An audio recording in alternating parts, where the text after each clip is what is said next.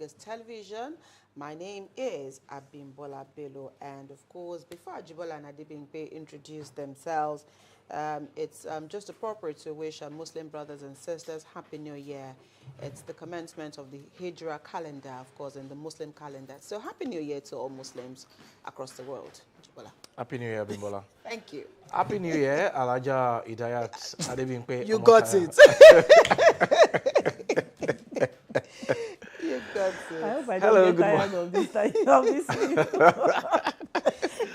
title. Good morning and welcome to the conversation on Lagos Television. I am Ajibola Ojeshola.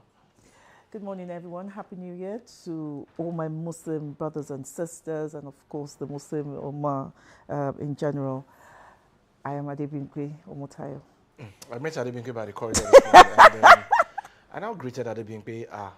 Idaya, good morning. She now said no. You have not greeted her. You have not greeted You know, me she properly. told you yesterday that you must put Alaja in front of her. My apologies. It was earned. All right, let's get on to the show this morning. It will be quick this morning. A few of our regulars will also be left out. We have a guest already waiting to join the conversation via Zoom this morning. But quickly, let's take two news points before we bring in our guest. And the first news point this morning is some piece of cheering news to the families of the late general, of course, whose wife was rescued by troops in Katsina offensive. Troops of the Nigerian Army, supported by the Nigerian Air Force on Monday, rescued Mrs. Amina Abubakar, the widow of the late Major General Rabi Abubakar, who was abducted by bandits alongside her husband several weeks ago. The Defense Headquarters announced the rescue on Monday, saying the operation followed intensified search and rescue efforts by troops of Operation Fasan Yama. A statement signed by the Director of Defense Information, Major General Samaila Oba, said troops made contact with the kidnappers at Tunga village during sustained offensive operations against criminal elements in the area. According to the military, the bandits shot Mrs. Abubakar before abandoning her and fleeing in the face of advancing troops. The rescue operations followed intensified. In the course of the encounter, the military said the rescued victim was immediately evacuated to a military medical facility for treatment. The armed forces of Nigeria assured that it would provide all necessary support to ensure a recovery and assist the family during the period. We'll leave it here, and like I said, of course, the family will be happy that, of course, she's been rescued. But again, the question is, what took the army so long to, have engaged in this rescue mission? Not until her husband passed away before this was done. But I guess the fact that she should now, at this particular point in time, be back with her family should be some piece of good news to the family members. We hope the military will sustain these efforts and continue to rescue other people who are still in captivity. Yeah, you took it out of my mouth.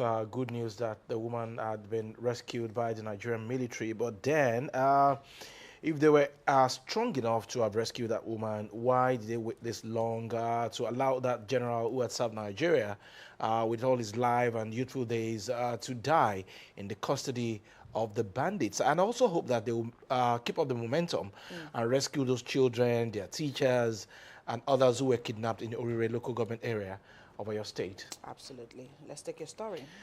Okay, not a piece of good news for the opposition parties in the country. 2027 battle. Opposition rages as court scraps ADC for parties. A court ruling that invalidated the African Democratic Congress, a court party, Action People's Party, Action Alliance, and Zenith Labour Party on Monday sparked an outrage from members of the opposition parties who described the decision as controversial and a threat to Nigeria's democratic process. Osun State Governor Ademola Adeleke and the national chairman of the African Democratic Congress, Senator David Mark, faulted the Federal High Court Abuja judgment directing the Independent National Electoral Commission to deregister the 5 political parties, warning that the development could have far-reaching implications for Nigeria's democracy. Former Vice President and presidential candidate of the ADC, Atiku Abubakar, also condemned the judgment, saying it was a threat to Nigeria's multi-party democracy and an attempt to weaken opposition forces ahead of the 2027 general elections. Because our guest is already waiting, let's just end it there. And we have standing by via Zoom, Liberals Oshoma, lawyer and political affairs commentator. He will be giving us his own perspective on this ruling by the High Court of Justice Lifu yesterday, saying that ADC and 4 other parties should be deregistered by INEC. Liberals Oshoma, it's our pleasure to have you this morning. Yeah, thank you very much. My pleasure also. Okay, so what do you make of this judge? Happy New Year to our Muslim brothers and sisters. Happy New Year to all of you. Thank you. All right, what do you make of this judgment from the High Court by Justice Lifu? I completely agree with the party leaders that condemned that judgment and also called it a derailment of democracy. And with this judgment, it will look as if the ruling party is scared of facing opposition in the election. The optics are not good at all, considering the fact that on the 22nd of May, a court of appeal in Abuja had stayed the proceedings in that same matter, pending the hearing and determination of an appeal filed in the matter. So I wonder what the rush was for the judge to go ahead. And also, considering the fact that the INEC, who's a nominal party in the matter, had filed an affidavit, a counter affidavit of compliance, stating that the political parties so listed had complied with, had met the threshold of section 225 subsection or paragraph A. Because INEC, you remember, after the election, they registered some political parties. And these parties were not part of the political parties they registered, because we all know ADC won the House of Rep in the last election. ADC also won some House of Assembly members. Even outside of all of that, INEC is also in the process of conducting another election. INEC had conducted due diligence on the political parties. INEC had received the voters register from the political parties. INEC had instructed them to conduct primaries, and which they had done. INEC also had registered some other new political parties that had not even gone into an election. So it is premature at this stage, when you are going into an election, to begin to deregister political parties, considering the fact that it was not even arbitrarily done by INEC. It was a court order, Right. despite the fact that there was a substantive court judgment against it. And then, lastly, Go ahead, please. why I said the optics is not good, the optics is not good at all. I take our mind back to 1998. In 1998, the Alliance for Democracy as a political party did not meet the threshold of Section 222 and Section 223 of the Constitution that on registration of political parties. And what was the provision? That all political parties to be registered must at least win have Ghana vote in at least 10% vote of the 24 states of the 36, 24 out of the 36 states. And the local government elections that were conducted in 1999, the Alliance for Democracy only had 10% vote in 14 states, while the APP and PDP, cleared those hurdles. But the government of the day at that time instructed INEC to clear the Alliance of Democracy because of the optics. And so, those in government today, a lot of them also were fallout of the Alliance for Democracy. So, you will now begin to wonder, these are people who passively fought for democracy, but today are trampling on democracy and put a dagger behind at the back of democracy. It's not good for the optics. Also, people are going to say, why will you hastily conclude that the government of the day had a hand in it? I'll take you back to the words of the Chief of Staff to the President, who told Honorable Abejide to remain and then fight and deal with the party, that they are with him. So the, owl cried in the night and the baby died in the morning. Certainly, who are you going to blame?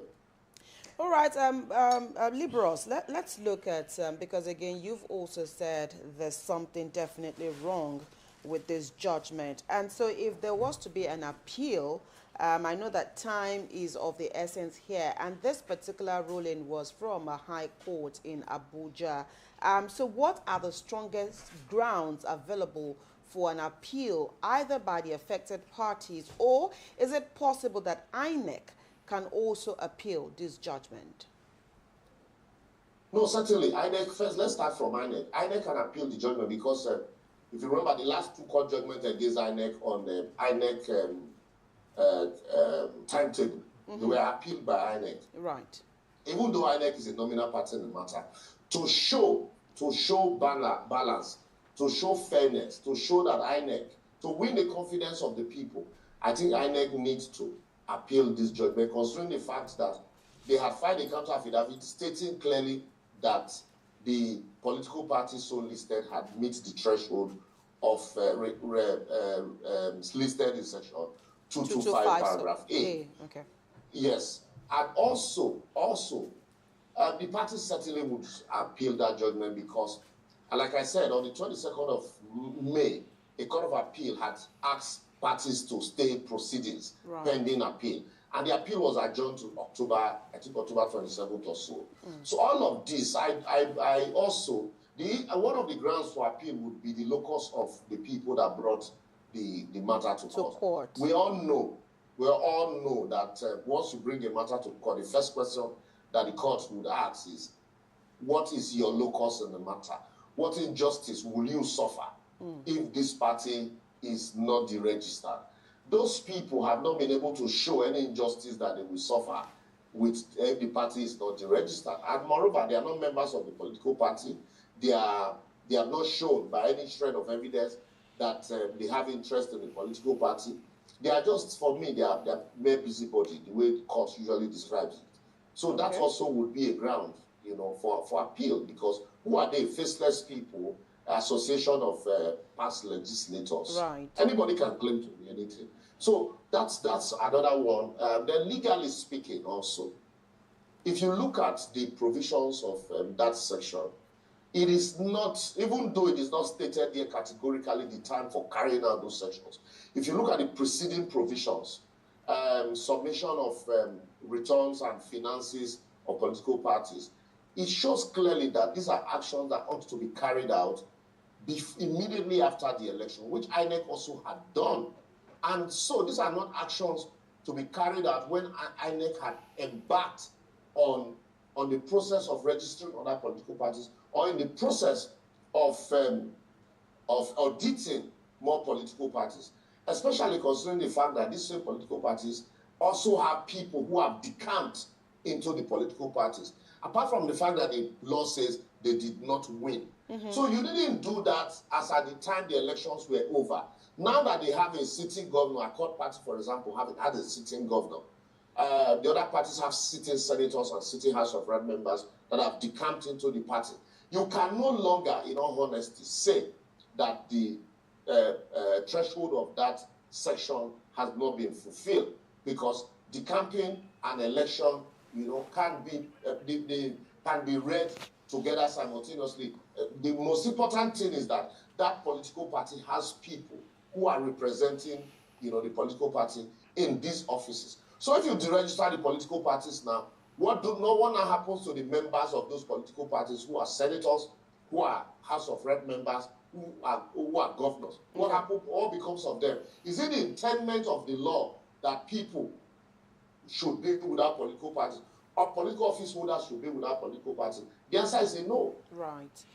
Okay, liberals, time for me is of essence here. Perhaps if this case is lost at the end of the day, what will it portend for the credibility of the 2027 general elections and the independence of INEC? The case can never be lost at the end of the day. You're so sure? Never. I'm 100% sure, 1,000% sure. You know why? We're talking about discussing law here. We're not talking sentiment. Even though it... Okay, I think... after the appeal, right. Okay, we seem to have lost connection with our guest there. Okay, Liberals, you're back with us. Please conclude your thoughts. Yes, so like I was saying that unlike before, when even though it's increasingly difficult these days to state, to without certainty to state that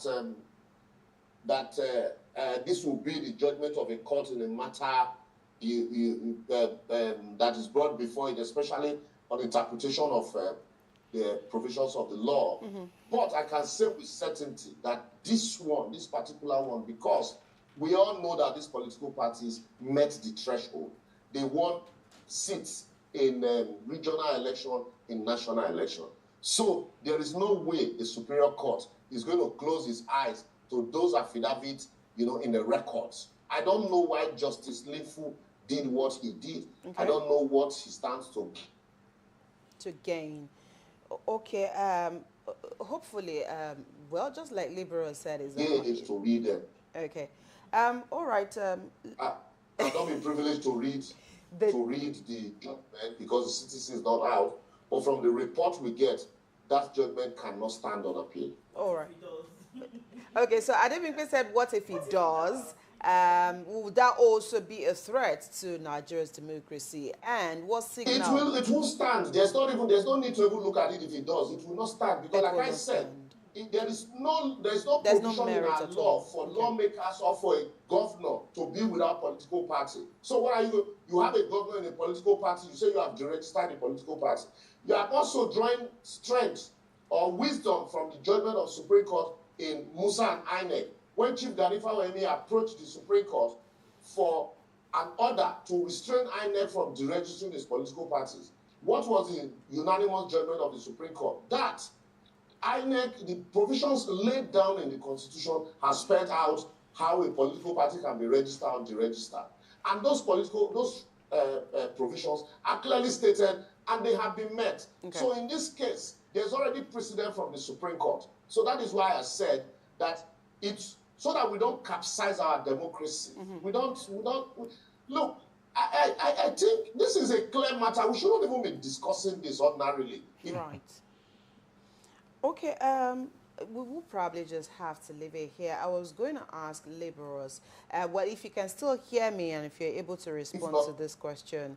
I was going to ask you that we do know that time, Jibola mentioned that earlier on, this is almost the end of June and election will be in January. Is there enough time to carry this through? I don't know if the network will permit you to answer that question before we allow you go. Did you get my question? Yes, I got your question clearly. Okay. I got your question clearly. Right. Time, I understand the constraint of time, but at the same time, certainly, just like the Court of Appeal has stayed proceedings, certainly once you appeal in matters of this nature, you file an application for stay of execution pending appeal. Just the same way, courts had INEC had filed application for stay of execution of judgment that nullified its timetable. Same way, these parties will file application for stay of execution. So they will go ahead with their normal activities, their campaign, and then allow the courts to do the business. And like I said, which will not, pass the tests of the laid down rules at the Court of Appeal and at the Supreme Court. Especially in so just a setback. Right. Especially in the case of Osun, that has an election before this year ends, and we know that Governor Adeleke will be contesting under a court party. So this action is targeted at Adeleke and Atiku, mainly Adeleke. You remember the case of Ondo State, Aita Ojegede and Aketi, when Aita Ojegede was busy in court at the Supreme Court with Jibo Ibrahim, while Aketi was campaigning. By the time he was through, a week to the election, to run back to Akure to campaign, time was already gone. So the case was actually instituted to derail him, to destabilize him. I think that's the same thing they are trying to do here. They know that this case will not stand the test of time, but just find a way to distract, the candidates so that while they are busy in court, you are doing your groundwater campaign. But the times are different. People are more aware now, and I do not also think that the candidates will go sit down in Abuja. They will allow their lawyers to do the business while they also stay back to do their campaigns and the rest. So times are really different. Okay. So if the politicians think they can use cases of this nature to, rather than their, actions and deeds and infrastructural development to campaign, if they think they are using cases to derail, Rather, they are using the cases to even enhance and make opposition popular. Right. You know, we always like supporting, you know, the underdog in Nigeria. So it's up to, like I say consistently, it's not good for the optics at all. Okay. All right. We'll have to leave this conversation here this morning. Thank you so much, Libros Oshoma, for giving us your time and, of course, helping us find better meaning to that court ruling that was handed down yesterday. Again, we say thank you for your time. My pleasure. Right. Always my pleasure. Thank you. All right, of course, we've been speaking with lawyer and political affairs commentator Libros Oshoma, who's helped us break this down. So, of course, to many people who really did not understand what that judgment meant yesterday. Now they understood. Now I think it's clearer. And like he said, I mean, vehemently, he did say that this is one judgment that would definitely not stand the test of time. And probably it's just, you know, again, one thing that he said that I really took is the fact that this is about the law. And, you know, yesterday the court actually based its judgment on the section 225A. And this was the same explanation that he gave this morning. Because, again, me that I'm not a lawyer, when I heard that yesterday, I said, but people like Abegunde, Abejide, you know, he's been with the ADC, he's made the party even popular. And I know that, you know, he stood, so if you look at some of the seats that the party have gained, you know, since 2023, you won't say that the ADC isn't popular. And particularly because, again, there's a case in court already. I really do not know why this happened. But then I guess time will tell. Absolutely, Abimbola. You know, time and time again, we have discussed it on this show that when you look at our democracy, there is a particular role, or there are roles that the judiciary is playing that's detrimental to the growth of our democracy. I can imagine what is going on in the minds of Atiku, Adeleke now, and a host of others. Let me hold your thought, Ajibola. We need to take a commercial break, and when we return, if time permits, we'll come back to this conversation. Other than that, we'll probably just leave it here and, you know, pick it up again when time permits. Let's take a break and we'll be back.